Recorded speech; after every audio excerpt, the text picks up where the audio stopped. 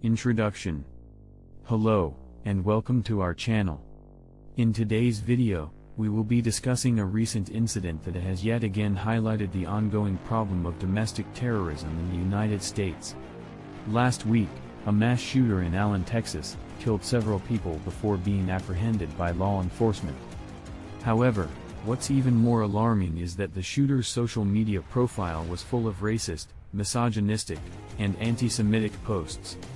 This attack was not a random or isolated incident, but it was fueled by a far-right ideology of hate. Background. Sadly, this is not an isolated incident.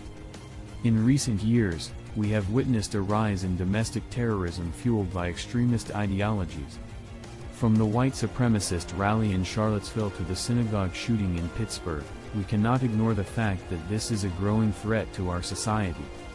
The problem is that too often, these attacks are labeled as isolated incidents or the actions of a lone wolf.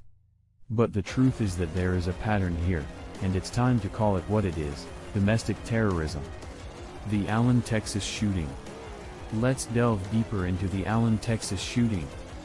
The shooter, who will not be named in this video, had a long history of posting hateful content on social media. His posts included racist rants against people of color, misogynistic comments about women, and anti-Semitic conspiracy theories. His social media profile was a roadmap to his extremist beliefs, and it's clear that his ideology played a significant role in his decision to commit this horrific act of violence.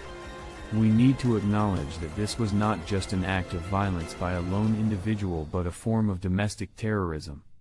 This is not the first instance of domestic terrorism in the United States, and it surely will not be the last.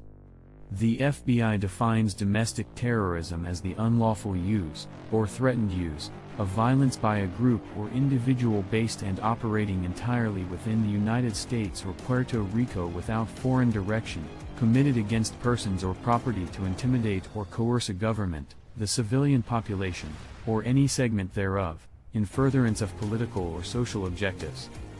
Domestic terrorism.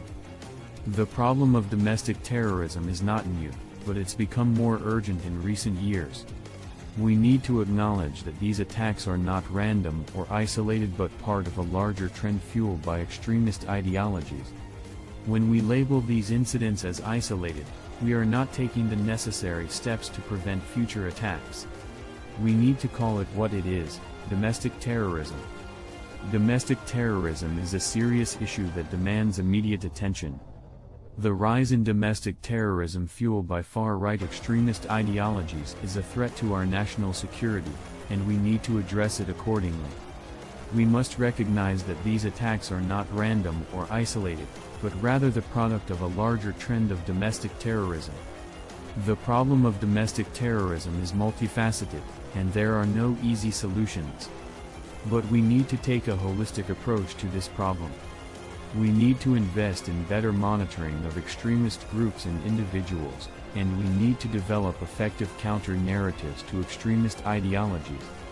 We must also strengthen our laws and regulations to ensure that those who engage in domestic terrorism are held accountable for their actions. Conclusion. In conclusion, the recent mass shooting in Allen, Texas, is a tragic reminder of the ongoing problem of domestic terrorism in the United States. We cannot afford to ignore this growing threat to our society. We must recognize that these attacks are not random or isolated, but fueled by extremist ideologies.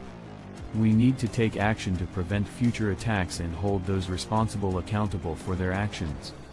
It's time to acknowledge that domestic terrorism is a serious issue that requires immediate attention. Thank you for watching, and please share your thoughts on this important issue in the comments below.